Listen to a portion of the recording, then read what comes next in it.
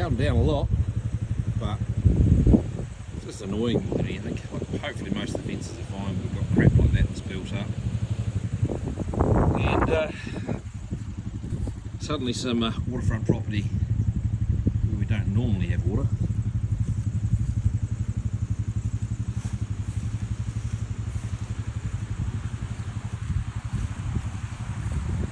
But it's not as bad as the big 2021 or 22 flood, whenever that was.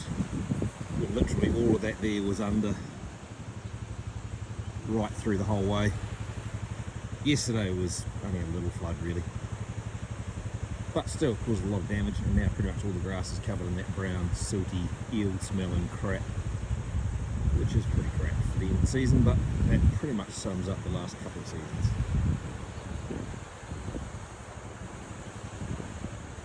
Hopefully the damage isn't too bad down there.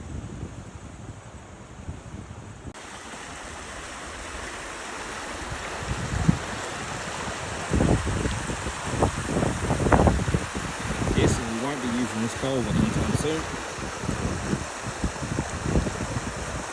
as it is completely punched out.